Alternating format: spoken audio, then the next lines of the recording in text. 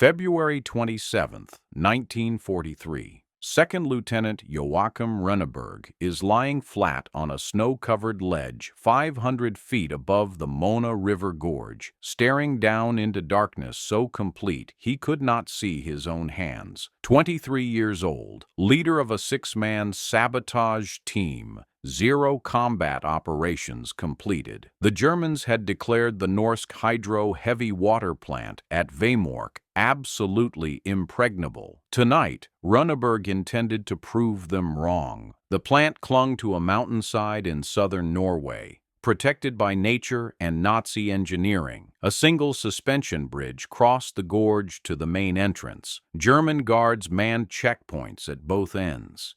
Machine gun nests covered every approach. Searchlights swept the surrounding terrain at irregular intervals. Minefields protected the perimeter. The Wehrmacht garrison numbered over 30 soldiers, supplemented by Norwegian guards who reported to German officers. But the plant's real protection was the gorge itself. 500 feet of near-vertical rock and ice separated the plateau from the river. Another 500 feet of cliff rose from the river to the plant. The Mona River roared through the canyon below, fed by glacial meltwater cold enough to kill a man in minutes. No army could cross that terrain. No assault force could scale those walls. The Germans knew this. They had positioned their defenses accordingly, watching the bridge, watching the roads, never imagining that anyone would be insane enough to climb down into the gorge and back up the other side. Runneberg had spent the past 11 days planning exactly that insanity. Operation Gunnerside had begun in Britain, where Norwegian refugees trained with the Special Operations Executive for missions behind enemy lines. The SOE facility at Aviemore in the Scottish Highlands taught them skills that would keep them alive in conditions most soldiers never experienced. They learned to ski through whiteout blizzards. They learned to build snow caves that could sustain body temperature when the air outside dropped to 40 below zero.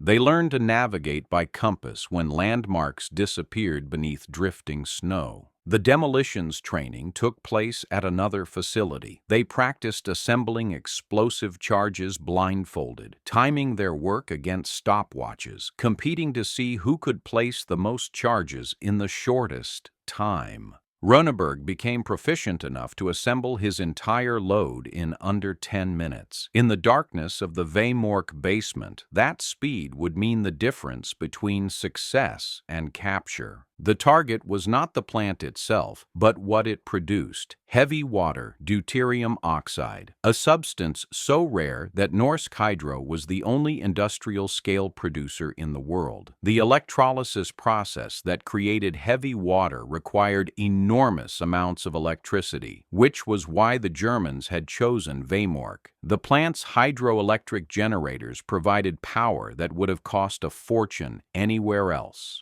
German physicists needed heavy water to moderate nuclear reactions. The deuterium atoms slowed down neutrons to speeds that could sustain a chain reaction in natural uranium. Without heavy water, the Nazi atomic bomb program would stall. With it, Werner Heisenberg and his team might achieve what American scientists were racing to accomplish: an atomic weapon. British intelligence had already tried to destroy the plant once. Operation Freshman in November 1942 had sent 2 Horsa gliders carrying 34 Royal Engineers commandos across the North Sea. The plan called for the gliders to land on a frozen lake near Vemork, guided in by signal lights from a Norwegian advance team already on the ground. Everything went wrong. The first Halifax bomber towing a glider encountered ice on its wings and lost altitude. The tow rope snapped over the Norwegian mountains. The glider crashed near Helleland, killing 8 men instantly. The survivors were captured by German forces within hours. The Gestapo interrogated them, learned nothing useful, and executed them by firing squad under Hitler's commando order. The second glider fared no better. Its Halifax also encountered icing. The bomber flew into a mountain. The glider, suddenly without power, crashed in a different location. 14 commandos survived the impact.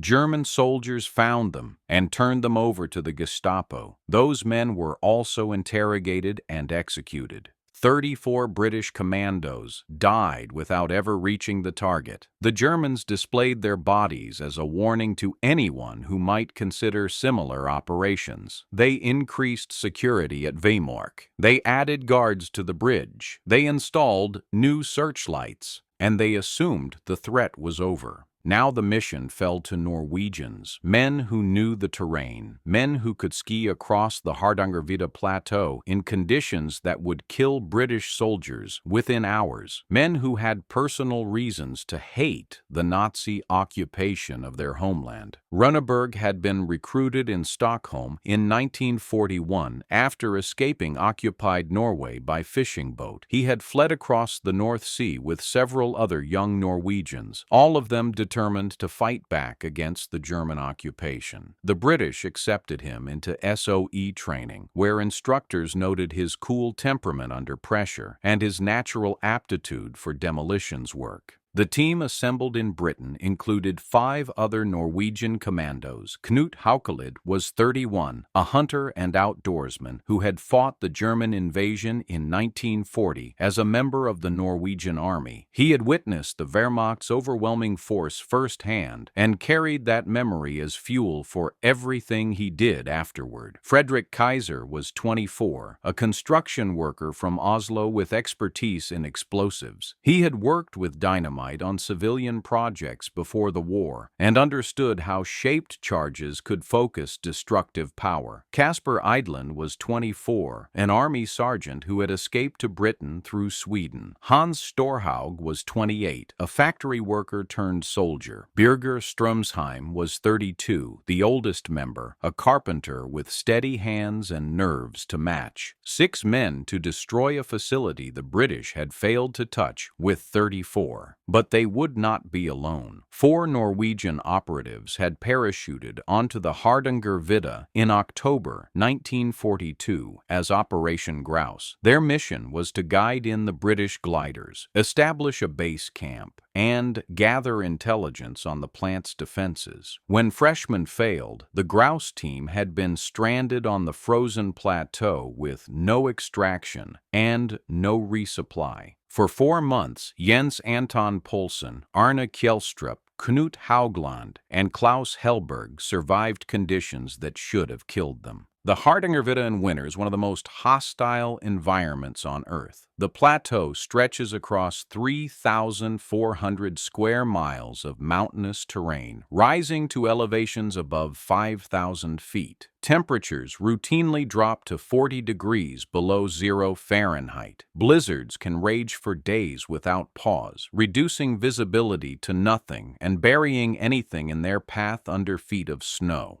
The Grouse team had parachuted in with supplies calculated to last until the British gliders arrived. When freshmen failed, those supplies ran out. The men were forced to hunt reindeer for food, but the herds had migrated south. When hunting failed, they ate reindeer moss, a lichen that provided minimal nutrition and tasted like sawdust. They melted snow for water, burning precious fuel to produce liquid that their bodies needed to survive.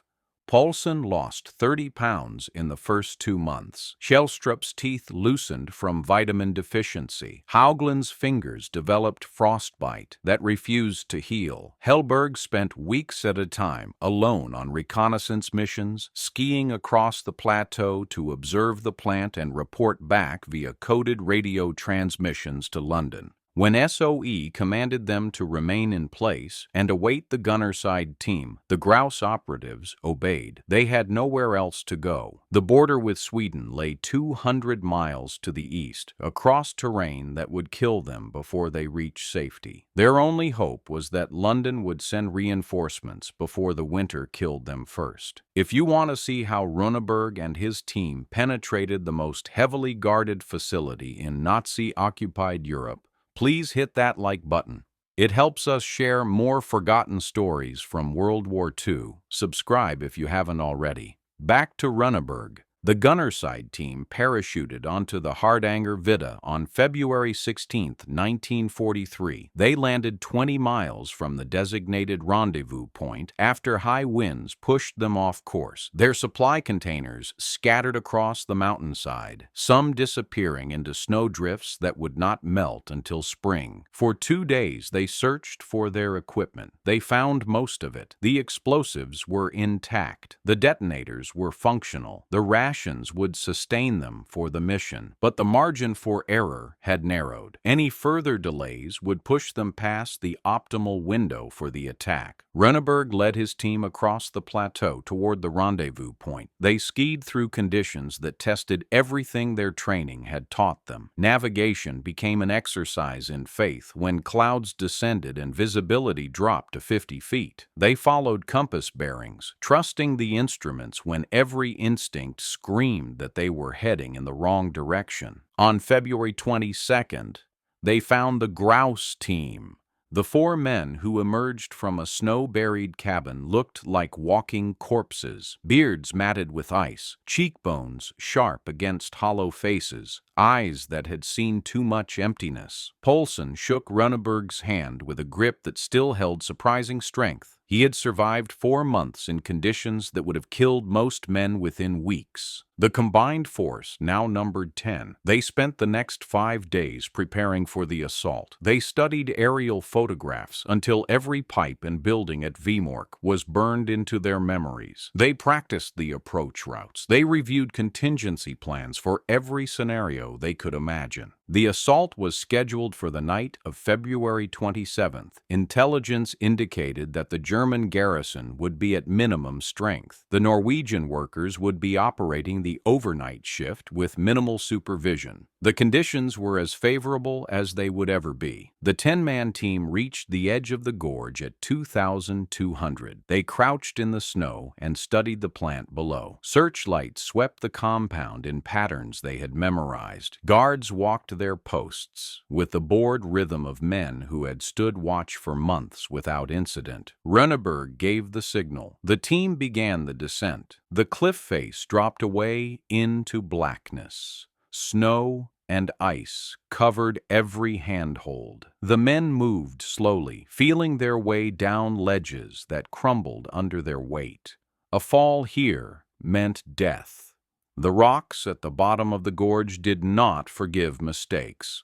The sound of the river grew louder as they descended, a constant roar that masked the noise of their movement. Klaus Hellberg led the descent. He had scouted this route days earlier, memorizing the path down the cliff during a reconnaissance mission that had nearly gotten him killed. A German patrol had spotted him on the plateau, and he had spent 8 hours hiding in a snowdrift while soldiers searched the area. His fingers found holds in the darkness that no one else could see. Behind him, the others followed in single file, each man placing his feet exactly where the man ahead had stepped. The temperature at the bottom of the gorge was colder than on the plateau above. The sun never reached this deep. Ice had formed on the rocks in layers that reflected the faint starlight. The frozen Mona River stretched across the canyon floor, a ribbon of white barely visible against the dark stones. In warmer months, the river raged with enough force to crush anything in its path.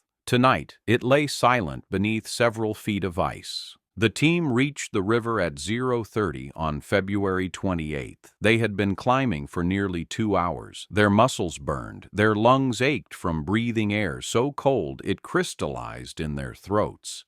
But they could not rest. The guards on the bridge changed shift at 0200. They needed to be inside the plant before that happened. They crossed the river quickly, spreading their weight to avoid breaking through the ice. The water beneath was shallow but fast-moving, cold enough to induce hypothermia in seconds. One man slipped and went down on his knee. The ice cracked beneath him but held. He scrambled to his feet and continued, heart pounding. The opposite cliff loomed above them in the darkness. This was the final obstacle. 500 feet of vertical rock between the river and the plant. The Germans had had not bothered to guard this approach because they believed no one could climb it. Their defensive doctrine assumed that anyone attempting to reach the plant would use the roads or the bridge. The cliffs were simply too steep, too icy, too dangerous. Helberg found the path he had identified during his reconnaissance, a series of ledges and cracks that zigzagged up the cliff face. Not easy climbing, but possible for men who had trained in the Scottish Highlands and knew how to move on rock and ice. They ascended in silence, aware that any noise might carry to the guards above. The climb took another hour. Runneberg's arms trembled with exhaustion by the time he pulled himself over the final ledge. The plant sprawled before him in the darkness. Concrete buildings, steel pipes running in every direction, the hum of electrical equipment that never stopped, providing power to the electrolysis chambers that produced Germany's heavy water. The team had divided into two groups before beginning the descent. The demolition party consisted of Runneberg, Kaiser, Stromsheim, and Eidland. They would carry the explosives into the plant and destroy the heavy water cells. The covering party consisted of Haukelid, Kjelstrup, Poulsen, Helberg, Haugland, and Storhaug. They would secure the perimeter, eliminate any guards who discovered the operation, and cover the demolition team's withdrawal. Each man carried a Colt .45 pistol, a fighting knife, hand grenades, and a cyanide capsule in a rubber sleeve. The cyanide was for emergencies. If captured, they would face the same fate as the freshman commandos. Torture until they revealed everything they knew about Allied operations, then execution. The capsules offered a faster death. The cable tunnel entrance was exactly where intelligence had said it would be, a rectangular opening in the rock wall, barely 3 feet high, carrying power lines into the plant's lower levels. Runneberg examined the opening with a flashlight, confirming the path was clear. Then he switched off the light and crawled through. The tunnel was tight enough that his shoulders scraped both walls. Cables ran along the ceiling, inches above his head, carrying 10,000 volts of electricity into the plant. If he touched them, the mission would end instantly. He moved by feel, dragging his rucksack of explosives behind him, counting arm movements to estimate distance. The tunnel extended for approximately 150 feet. Behind Runneberg, Kaiser, Stromsheim, and Eidland followed in silence. The covering party remained outside, taking positions to watch the approaches and eliminate any threats. The tunnel opened into a basement corridor. Pipes ran along the ceiling. Emergency lighting cast yellow pools on the concrete floor. The air smelled of chemicals and machine oil and something else, something metallic that Runneberg recognized as the byproduct of electrolysis. Somewhere nearby, the heavy water production continued, unaware that its final minutes had begun. Runneberg oriented himself using the mental map he had built from aerial photographs and intelligence reports. The high-concentration cells were in the next room, 18 steel cylinders, each one standing 5 feet tall, connected to pipes and electrical conduits. Each cell contained approximately 160 kilograms of heavy water in various stages of concentration. The highest concentration cells held a material that was 99% pure deuterium oxide, material that German physicists were waiting for. He moved to the door and tested the handle. Locked. Kaiser pulled a set of lockpicks from his pocket. He had practiced this skill for months in Britain, learning to open every type of lock the Norwegians might encounter. His fingers worked in the near darkness, feeling for the mechanism, applying pressure in precisely the right places. Seconds passed, then a minute. The lock resisted. Kaiser adjusted his technique, trying different picks, working the cylinder from multiple angles. The lock clicked open. Runneberg pushed through the door and found himself face to face with a Norwegian worker. The man was middle-aged, wearing the blue coveralls of a plant employee. His eyes went wide when he saw the armed figures emerging from the cable tunnel entrance. His mouth opened to shout an alarm that would bring German soldiers running. Runeberg raised his Colt .45 and pressed it against the man's forehead. The worker froze. His hands came up slowly, empty, trembling. Runeberg spoke in Norwegian. His voice was calm, almost gentle. They were not here to hurt Norwegian workers. They were here to destroy the heavy water equipment. The worker would cooperate, and he would live. He would be tied up and left unharmed. When the Germans found him, he would tell them he had been overpowered by a large force of commandos. He had no choice. He could not have resisted. The worker nodded. His face had gone pale, but he understood. The Germans would not blame him if he had been outnumbered.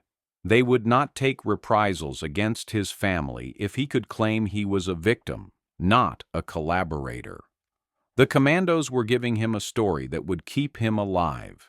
Strumsheim secured the workers' hands and feet with rope, while Runeberg surveyed the electrolysis room. 18 high-concentration cells stood in 2 rows, steel cylinders connected to an intricate network of pipes and electrical conduits.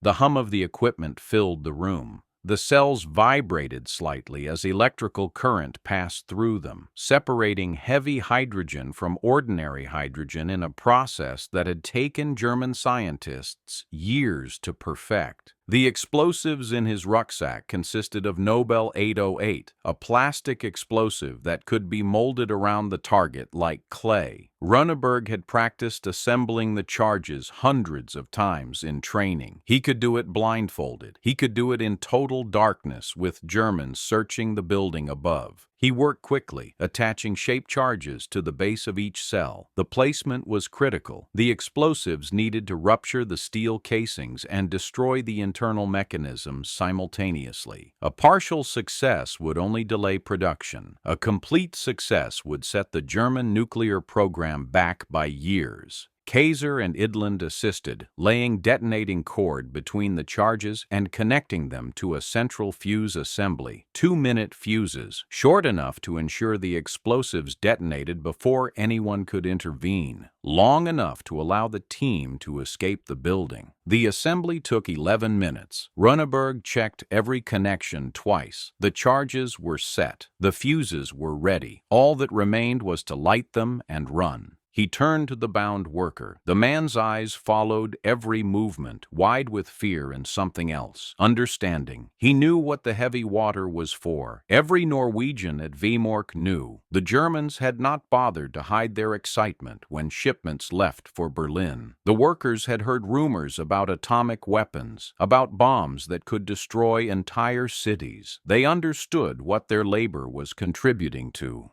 Runeberg placed a British Sten gun on the floor beside the worker. The weapon would tell the Germans exactly who was responsible for the sabotage, not local resistance fighters who would bring reprisals down on Rjukan. British commandos, Norwegian agents working for the Allies. The message was clear. Punishing the town's civilians would accomplish nothing. He lit the fuses. 2 minutes. The demolition team moved fast, back through the corridor, back to the cable tunnel, back into the darkness. Behind them, the fuses hissed and sparked, burning toward the Nobel 808. Runeberg was halfway through the tunnel when the explosion shattered the night. The blast echoed through the gorge like thunder rolling between mountains. The concrete floor of the electrolysis room cracked. The steel cells ruptured simultaneously, pouring 500 kilograms of heavy water onto the ground, where it mixed with debris and dust. Secondary explosions followed as electrical equipment shorted and caught fire. Alarm bells began ringing throughout the compound. The covering party had already begun moving. Haukelid led them away from the plant along a predetermined route that skirted the guard positions. They moved in silence, their white camouflage blending with the snow-covered terrain. German soldiers poured from their barracks. Shouts echoed across the compound in harsh German syllables. Searchlights swung wildly, stabbing the darkness for any sign of attackers. Someone fired a burst from a machine gun into the night, hitting nothing. The guards had no idea where the saboteurs had come from or where they had gone. The Germans searched the bridge approaches first. They searched the road from Ryukin. They searched every area their defensive positions were designed to cover. No one thought to look at the cliffs. The team reached the frozen river as the first German patrol began descending into the gorge. The sound of boots on rock echoed from the opposite wall. Flashlight beams probed the darkness, but the patrol was searching the wrong side, the side with the paths and trails that Germans knew how to use. Runeberg led his men across the ice and up the first ledges of the opposite cliff. The ascent was easier now. They'd done it once. They knew the handholds. Adrenaline pushed them upward faster than exhaustion could drag them down. By 0300, all 10 men had reached the plateau. Behind them, the Vemork plant burned against the night sky. Smoke rose from the basement level, where the electrolysis chambers had operated for years. The heavy water cells were destroyed, months of production gone in 11 minutes of careful demolition. The team gathered in the darkness above the gorge. The mission was complete, but survival was not yet certain. They were 250 miles from neutral Sweden. German patrols would be searching the plateau by dawn. Every route down from the Hardangervidda would be watched. Every village would be filled with soldiers checking identification papers. The team split according to plan. 5 men would ski to Sweden, crossing the mountain wilderness in conditions that would kill anyone who made a single mistake. Runeberg, Eidland, Kaiser, Strömsheim, and Storhaug would make that journey. 5 men would remain in Norway, hiding in the mountains, waiting for the German response to subside before returning to clandestine resistance operations. Haukelid, Paulsen, Kjellstrup, Haugland, and Hellberg would stay behind. Runeberg led the Sweden-bound group into the darkness. They skied through the rest of the night, putting as much distance as possible between themselves and Vemork. By dawn, they were 20 miles from the plant, climbing toward the high passes that would lead them east. The German response exceeded anything intelligence had predicted. Heinrich Himmler himself ordered the manhunt. The Reichsführer SS considered the sabotage a personal humiliation. 3,000 soldiers swept across the Hardangervidda. Ski patrols crisscrossed the plateau in grid patterns. Aircraft flew reconnaissance missions whenever weather permitted. The largest military operation in occupied Norway since the 1940 invasion focused on finding 10 men in a wilderness the size of Connecticut. They found nothing. Klaus Hellberg was the only team member who encountered Germans during the escape. He had separated from the group to draw pursuers away from the others. On a mountain road near Ryukin, a German patrol surprised him. Hellberg fired first, wounding 2 soldiers, then fled on skis before they could return fire. For the next 14 days, he skied across the wilderness alone, surviving blizzards and near starvation until he reached the Swedish border. His journey covered nearly 300 miles through some of the most brutal terrain the Norwegian winter could produce. Frostbite claimed 2 of his toes. Exhaustion pushed him to the edge of collapse multiple times, but he was alive. Runeberg and his group reached Sweden on March 18th. They had spent 19 days crossing the mountain wilderness, navigating by compass, sleeping in snow caves, eating rations they had stretched to last twice as long as intended. Their arrival created a minor diplomatic incident. Sweden was neutral, and the presence of armed saboteurs on Swedish soil required careful handling by officials who had to balance relations with both the Allies and Nazi Germany. The 5 men who remained in Norway fared equally well. Knut Haukelid became one of the most effective resistance operatives in the country. He organized further attacks on the heavy water production, including what would become his most famous operation.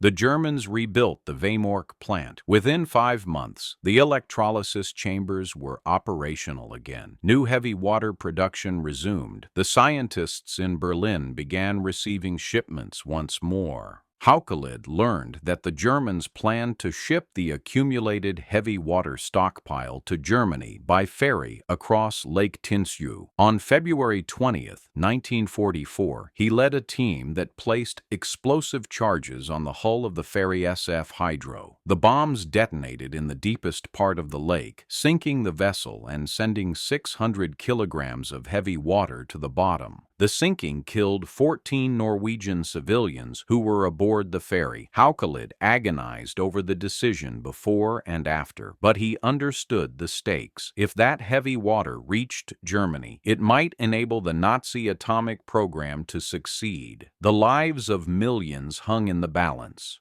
The Vemork sabotage and the ferry sinking achieved everything they were designed to accomplish. German nuclear research had depended on a steady supply of heavy water that no longer existed. Werner Heisenberg and his team of physicists watched their experimental program stall, while American scientists at Los Alamos raced toward completion. Allied intelligence would later estimate that Operation Gunnerside set back the Nazi atomic program by at least 18 months. Given that the war in Europe ended in May 1945, those months represented the difference between German scientists working desperately to build a weapon and German scientists being captured before they could succeed. The men of Gunnerside received decorations from 3 nations. Norway awarded them the War Cross with Sword, the nation's highest military honor. Britain presented Distinguished Service Orders to Runeberg, Haukelid, and Paulsen. The United States later added the Medal of Freedom with Silver Palm.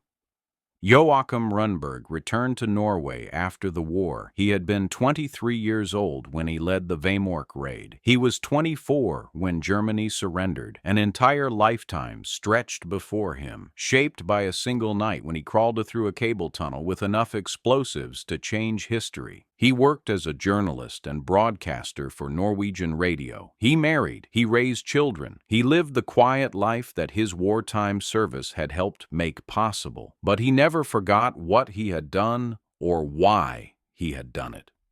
In interviews decades later, Runeberg spoke carefully about the moral weight of sabotage operations. He had destroyed equipment, not killed people. The Norwegian worker in the electrolysis room had survived. The guards on the bridge had never known they were under attack. The mission's success lay partly in its precision: maximum damage to the target, minimum harm to anyone else.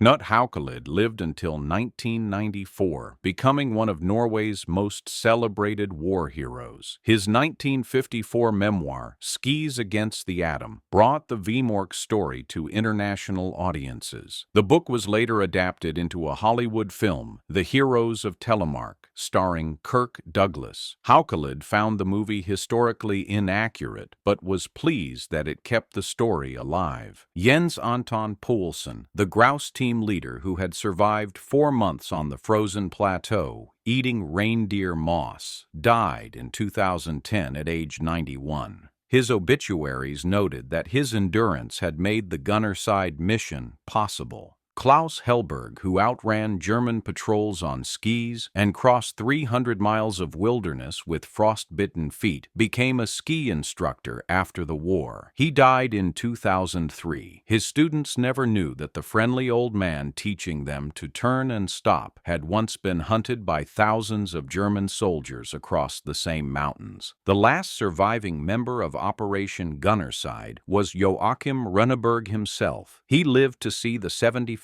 anniversary of the raid in 2018, attending ceremonies at Vemork, where the ruined plant had been converted into a museum. He was 98 years old, frail but sharp-minded, still capable of describing every moment of that night in the gorge. He died on October 21, 2018. Norway mourned him as a national hero. Prime Minister Erna Solberg issued a statement calling him one of the most important Norwegians of the 20th century. The Norsk Hydro plant at Vemork still stands, its concrete buildings preserved as monuments to the war that shaped modern Norway. Visitors can tour the facility, see the basement where the heavy water cells once hummed, Examine the cable tunnel that Runeberg and his men crawled through that freezing February night. The story of Operation Gunnerside endures because it represents something rare in military history, a mission that succeeded completely, that achieved its objectives without loss of life among the attackers, that changed the course of the war through courage and skill rather than overwhelming force. 10 Norwegians stopped Hitler's atomic bomb. They skied through darkness across a frozen plateau. They descended cliffs the enemy believed impassable. They crawled through tunnels and planted explosives and escaped without firing a shot. Then they vanished into the wilderness, leaving nothing behind but wreckage and a British Sten gun to mark who was responsible. 500 feet down into darkness, across a frozen river, 500 feet back up the other side, through a cable tunnel, into the heart of Nazi nuclear ambitions. 11 minutes to plant the charges, 2 minutes to escape.